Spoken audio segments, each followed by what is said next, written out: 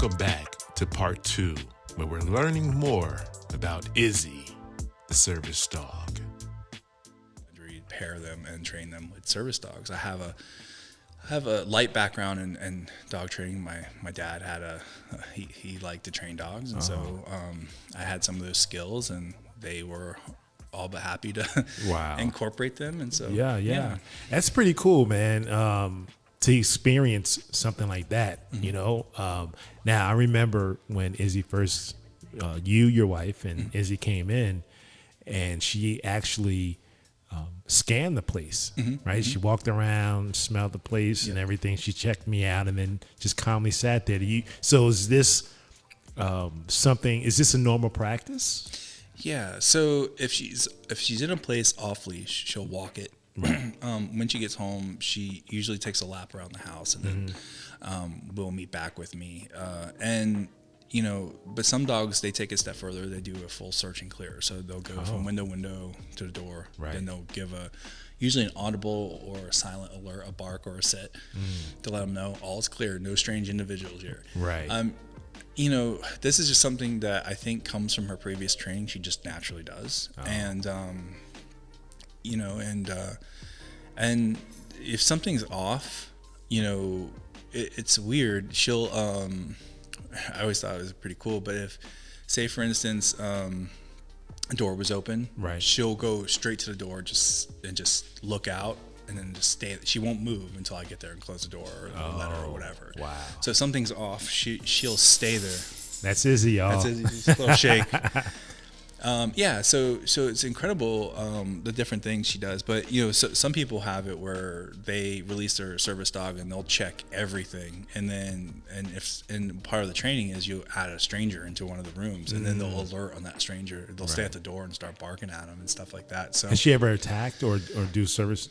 No. So service dogs, service dogs are not protectorates. They're not guardians. Gotcha. They're not meant for that. They're medical devices. That's important to know. It is because, you know, we have this kind of misconception where, you know, a service dog isn't aimed to protect us. Right. But the moment they bite somebody, they're no longer a service dog. You know, they're something else. You know, and so.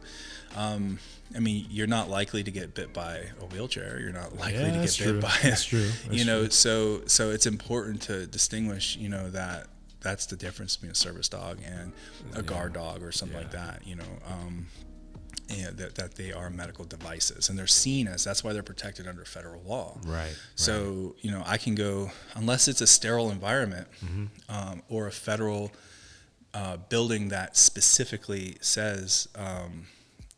No service dogs, which is very rarely. Very rare. Yeah. You know, they can go anywhere I go. Right. You know, so there are places I naturally don't go with her, just because of the environment.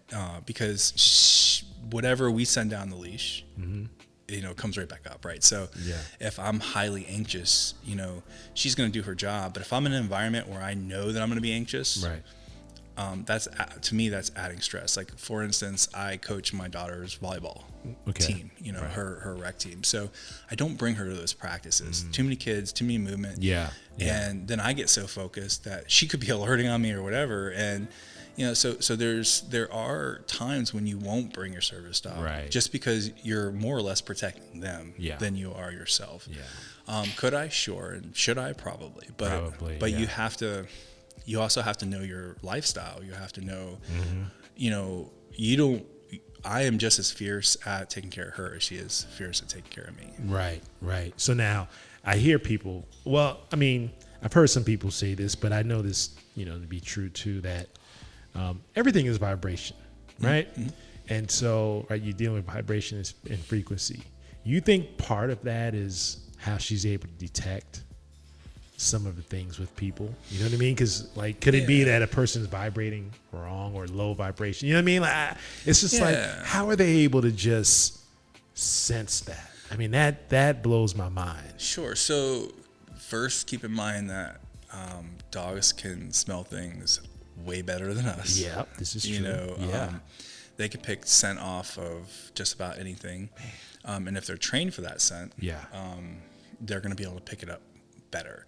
And so just keep in mind, they can smell cancer. They can smell shifts in your body chemistry. So when your cortisol levels rise, they can sense it. When your adrenaline increases, they can sense it. Or if your blood sugar drops, they can sense it. And so all of that is done through smell because your scent changes when those things occur. I do think, and of course I don't have the science to back this, it's just completely subjective. I also kind of align with you here. Like, I do think that everybody has their own frequency. And I think that sometimes these dogs can be in tune to that. Right. And so maybe that helps them detect threat better or detect injury better. Because not all dogs are meant to be service dogs. Right. So. Yeah. So let me ask you this. So there are some vets, I'm sure, that would probably need a service dog. Oh, yeah. Right. And you train, right? So what could you offer to some of these vets? What services or resources could you present to some of these listeners that needs a dog like Izzy? So assuming that you're not willing to wait a year and a half to 2 years and have $30,000, $60,000, $100,000 just lying around, and if you do, I take gratuity. Right. No. We just don't. And so what you can do is you can go on the web and you can type in Healing for Heroes. So healing as it's spelled, the number 4, heroes.org. And read about first the mission of Healing for Heroes. Make sure that, and you'll find that it aligns with your principles and values and things like that. Right. And then from there, there's an application process.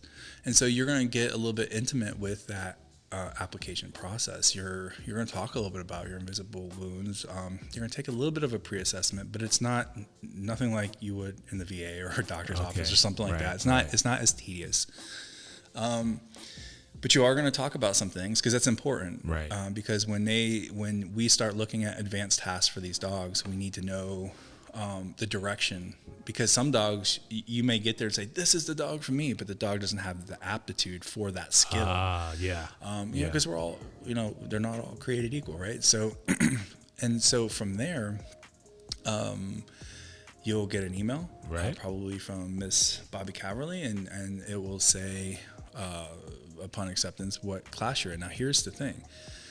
This process will cost you time and maintenance. The dog in of itself is no cost to the veterans or for the handlers. Okay. It's a part of, it's a 501c3, it's a nonprofit, and so and they are grassroots funded by people, by veterans, or by people who believe in their mission. So but it will cost you a week of your time because it's an intense week. Wow. And regardless of your limitations or whatever, we're adaptive. Right. When you say intense, what do you mean by that? Are we talking about being open and vulnerable about your whatever the invisible wounds are to connect with the dog, or is it training to match with the dog? What can they expect? Yeah. So after you select your dog, you take your dog home that day. Well, you're usually in a hotel because you're over there. Right. And so you're going to go to a hotel, and you get a task, you get homework every night. Mm-hmm. But the big portion of first night's homework is first you're going to work on focus, which is one of the commands tasks. Right. But then it's all about bonding. It's bonding. But then also bonding while you're following the rules. Dog gets crated. These are all crate trained dogs. The feeding cycles, all that, the right food, the right things. Right. But then from there, it's I think I would get home, eat and do all that stuff from class around 7, but I wouldn't go to sleep till 10 because you're bonding, you're working with it, and then the next morning you're back at it at 9 o'clock, and then it's just because it's kind of a short week. You end on Friday. It's Sunday through Friday, as of now, but sometimes it's longer, sometimes it's shorter. It just depends. But it depends on the dogs, the aptitude, but it's a very tight schedule. And because you have to get almost 2 weeks worth of training in a week, because not everyone has 2 weeks. Wow. You know what I mean? Because that's some people who are still working are, they're going to lose out on money or vacation or whatever. So you got to move at a pretty high rate of speed. And so, but at the same time, you want to make sure you're pushing out high quality trainers or high quality handlers, high quality dogs, who are going to do the job. And so, and it's possible, but it's intensive. The dogs get home, they pass out. Yeah. They're so tired. Yeah, because they're working too. They work hard. Yeah. And every night when Izzy went in the crate, the moment she entered it, it's just whole body just collapsed, passed out till the next morning. Yeah, it's a lot. But you have a lot of one-on-one. You have trainers who are there who are just working with you through it all, through your frustration, through your emotions, because you are going to feel things. One, you're back in a group where everyone's a veteran or service member for the most part. You do have some civilians in that space sometimes. So you get those feelings of that bond, that kinship, those sorts of things. But then beyond that, you are gonna be vulnerable just by default, because we're gonna ask, why do you need this dog? What do we need this dog to do? And you're like, well, I have night terrors. Okay, what do they look like? And so that it can feel a little evasive at first, but then once you understand, if we understand the mechanics, right, and we understand the mechanics of what you go through, then we know what to train the dog or work toward training the dog on the triggers so they can alert, alarm, and react, right? So it's very it's very personalized, even though you're in a group setting, and it's an amazing model. I love what Miss Piper's done, and what Chris and Bobby and all of them done, and they're always willing to take on volunteers and stuff. Oh, that's nice. Yeah, that's so the nice. fact that I can go back, I mean, Izzy has saved my life, and so I can't tell you. It'd just be weird to not have her in my life. You say that this has nothing to do with this conversation. I'm just gonna mention this real quick. I'm listening to the bond, right? The bonding that you and Izzy have. Interestingly enough, this is a sad story, but before I got here to the studio, my cousin called, and we talked, and she really called to tell me that her dog had passed. Oh no! And man, she was a wreck. And what had happened was her dog had pretty much got hit by a car. And listening to her talk about the bond that they had, you know what I mean? And then I'm listening to you, and I'm like, wow. Yeah. How ironic is that? Yeah, it's that's a serious bond, man. It is. I had I'm 41, so I've had a few dogs. Right. Okay. And while I was in the Army, I was a geographical bachelor, so that means that I lived alone and all that off post. And along the way, I always wanted a red tick blue heeler mix, and I finally found breeder, and it was just too expensive. It was like $2,200, $2,400 or something like that. And a few days, when I showed up to work, I was all, sad face. Right. And I said, I thought I was going to get this dog. And, and they're like, well, you're in the infantry. You don't need a dog. And I said, fine. A few days later, one of the soldiers showed up with the blue tick and said, hey, this is for you, for just everything you've done for us. I was pretty emotional.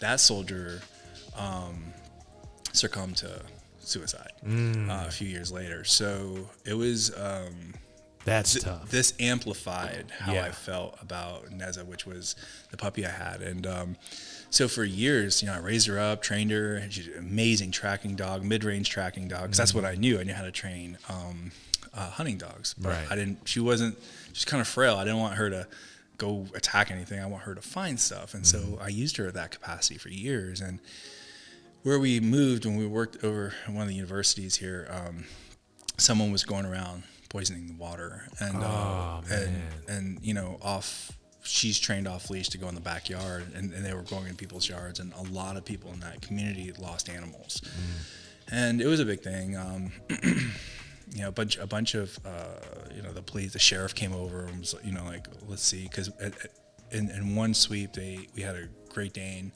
we had my dog, and we had a cat all get poisoned, and just violent, bad. It was just really bad, and I did not think I was going to recover from that.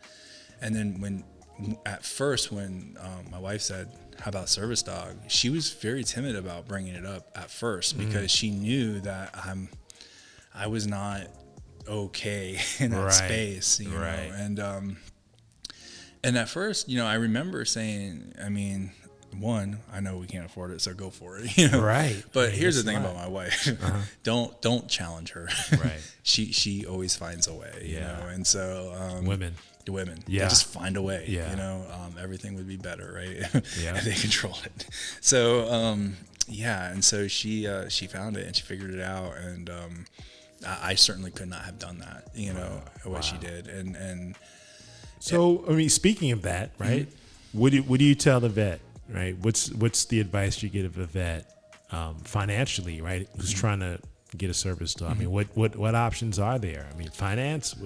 How's that work? Well, if you go through nonprofits like H4H or Healing for Heroes, the dog is free. Not free to the organization, right. But then there is maintenance. You gotta feed them. You don't feed them bottom shelf food. You feed them good food. You make sure they get to their vet. You make sure they get their flea and tick. You make sure. So those things over a long period of time add up. Do add up. I think her cost per month, on average, if you is about $125. If you consider grooming, nail trims, but also putting a little bit of money away for any type of dentistry, any type of vet visit she needs. Her heart guard is $150 for a year, and so stuff like that. You just have to factor those in. Yeah, you got to be on top of it. But you're not going to front load $30,000 before that. Exactly. What I mean? So, okay. So that's good. Yeah. Okay. All right, that's clear. That helps clarify. Some of this, because the thing that's hard for people to transition, I think, to is this is not a pet. Right. Izzy is not a pet. Yeah. A pet, you go to the store. Any old food. Get them, get them the old Roy, and and you know what I mean. See, and, it's like having an athlete, right? You feed them garbage, you're gonna get garbage out. Right stuff in. No, these dogs are, they have their doctorates and what they do, and they never. The other thing is time. It costs time, because not just for that initial training. You're going to train forever. You're going to train all the time. You train every day. And I'm not talking like sit, stay, roll over. Right. I'm talking they go with you everywhere. Yeah. Everywhere. And so that's technically training. They're learning your lifestyle. Yeah, they know your lifestyle. Yeah. If I don't get out of bed in the morning for whatever reason, she knows something's up, and she won't leave. If it's bedtime and I put her in the room and my wife's in there, but I close the door, she will not leave. She will pin herself against the door and will try to get out, not in a just, some dogs will tear your door off, but no, she will, she doesn't really bark unless unless it's under command, but she will, she'll do like this little yelp. It's almost like a cry, but it's kind of faint, but it's enough to, my wife has very sensitive ears, so she's learned to listen for anything and everything, and so she'll get up and open the door, and then and then even if I'm just like in the restroom and take a shower or whatever, she'll just pin herself against that door, and she will not leave. They that's good. They know, and they're affixed to you, and it takes a little bit of time to generate that bond. But that week when you're training is the time for that. Wow, man, for sure. That's I love this story, man. Yeah, it's funny because I grew up being afraid of dogs. Seriously, man. Yeah. And so, but my brother, he had a thing for dogs all the time. And I'm like, man, what is it with this guy and dogs? And I don't know when it changed. I think as a kid, I was just used to seeing dogs attack a person. Yeah. You know what I mean? Yeah. So, but as I grew up, it came across other dogs. Actually, a lab was one of the ones that it changed my way because the dog just came up to me, kind of just looked at me, and then walked off. Yeah. I said, wow, this is cool. No, they're good. And there's there's a lot of pros, but there's some cons to having a service dog too. Really? Yeah. Because they do go with you everywhere you go. Oh yeah. So, when if you're in a grocery store, over time, the employees, wherever you go over time, if you go somewhere enough, they know who you are. They know your dog by name, and that's cool. But over time, you are going to be confronted by people. You are going to get challenged by people because here's the thing: not all service dogs are the same. Yeah. And not all service dog companies or agencies are the same. Right.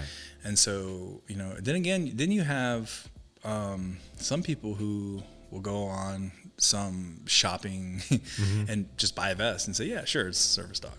And so, it really does dilute the perception. So, one of my very first experiences with Izzy, I haven't had very many negative ones, not like I've heard others, but I've had 2 or 3. And I remember I was in grocery stores over at Kroger, and I was in the cereal aisle shopping, for the kids and all that. And I'm kidding, I was shopping for myself. I love Cinnamon Toast Crunch. Yes, they are so good. Ruins my whole diet. But so I'm there, and a gentleman comes in, and I'm in the deep south. I'm in Georgia. We're in Georgia, right? Yeah. So like this guy comes in. He's kind of got this floaty, like almost like a Brooklyn type accent, and he's like, "Hey, is that service dog?" I mean, she's wearing like a service dog vest with all the patches, and I just looked at her and I said, I suppose she is, Right. And anyway, but he's getting really close, and that's one of my things. I don't do. I'm an introvert anyway, so before all of this, I don't like my space to be too crowded, and he's uncomfortably close, and he's like, well, tell me about her and all that, and I'm always happy to. Talk to people about. Yeah, just give me my space. Though. Yeah. Right. But then he's like trying to pet her. I'm like, you don't pet service dogs. Get out of here. And the big reason why is, one, you don't know what that dog's doing, but also the oils from your hand, if it transfers to their face, they can confuse their ability their scent for you. Yeah. So especially if they're looking for things like the low blood sugar or pre-seizure or something like that's enough, sometimes to screw them up. So, but there's another reason. One, it's just safety, and liability and all that. And so I'm like, don't pet my dog. Back up. Right. Yeah. Personal space even for the dog. All of us. And then he was getting a little aggressive, and he's bombarding me with questions. And before I can answer one, he's on to another. And finally, because at the end of the day, like I'm a 250-pound salty grunt. You're no small guy. I'm not a small human, and I try to be kind of floaty and nice, but when I turn it on, I mean, I'm an infantryman at the end, right? So, and I just said, this conversation should have you minding your own. I dropped an F-bomb here. Business. And the dude just stared at me for a second, and he's backed off. That's right. Because today could be your day. Yeah, that's right. Today could be our day. Are you? That's right. And so and it's because in this scenario, I'm not protecting myself. Right. Like I'm protecting her. And so, and you may do many amazing things to protect yourself, but you will put your life on the line protecting those that you love. Yeah. And it's in those moments you realize, like, this is not just a dog. This could be a lifeline. Yeah. So then you become fiercely protective. Even my kids, when her vest is on, they don't mess with her. Like, she's working. Oh, wow. Vest off, family dog. Go, play around. Yeah, play around, do your thing. Nice. Yeah, but once the vest is on, even my 4-year-old's like, oh, Izzy's vest is on. Yeah. You know? Okay. Well, that's good. So Yeah. the family has to really get involved. There are boundaries. Yeah. And you know, for people who are coupled who are new or don't understand, you know, there could be, believe it or not, there could be jealousy issues there. Wow. Because it's never ending. You know? Yeah. You're going on a date. Guess who's coming with you? You're going to, you know, going to a romantic dinner. Guess who's under the table? So, okay. Speaking. So can she sense when you're like turned on, or things are, you know what I mean? Like, does she leave or does she hang around? What's that? Maybe she's a voyeur. I don't know. Maybe no. She is. She gives the privacy a little bit. She knows these clowns. And she'll just kind of stay out of the way. Oh, that's cool. That's cool. Yeah, she doesn't. You know, she's never hopped up on the Got bed, it. or she never invaded space like that. I was thinking about that. I was like, how do I ask this man?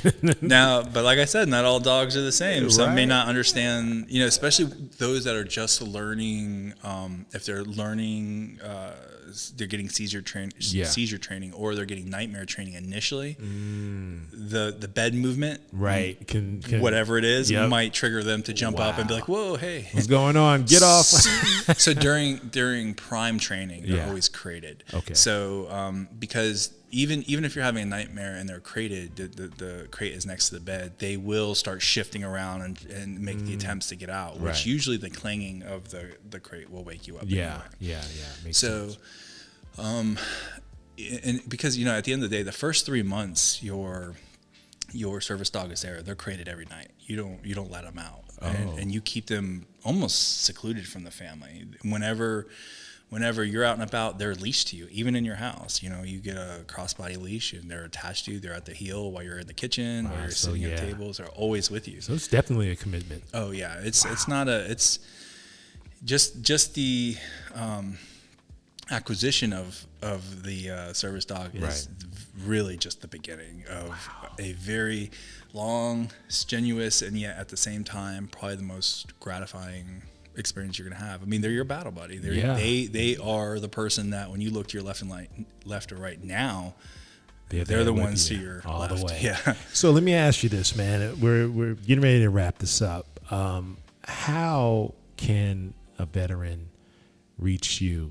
Just to at least have a conversation about this if they're thinking about getting a service dog. I know you plugged in the other organization. I'd like for you to do that again because that's an organization that's helping save lives. Big time. So they're incredible. Yeah. But go ahead and let the audience know how they can reach you and the organization as well. Sure. So the organization, again, it's healingforheroes.org, healing, the number 4heroes.org. And then for me, we'll keep it simple. We'll put email. Okay. So it's scheiloh.wolf@gmail. So that's SCHIELOH Wolf, WOLFE @gmail.com. Nice. And if you have questions or you want to know more, feel free to shoot me an email and then I'll do the best I can. All right. Sounds good, man. I appreciate you coming on the show and letting us know your story about Izzy and other service dogs in the process. Appreciate you being so transparent with me and the audience, man. And so looking forward to having you back on the show. And thank you for tuning into part 1 and part 2, where we've learned about Izzy, the service dog. Truly, we thank you guys for coming in and listening to our episodes and sending out your comments and texts. Please feel free to shoot us an email at schillerproductions@gmail.com. Feel free to follow us on Facebook at The James Paul Show, and we can continue this conversation there as well. Thank you, and we'll see you all next episode. And remember, create something always. I'm James Paul, the content creator, and I'm out. Peace. This episode was sponsored by Crazy Socks. Express yourself through fashion.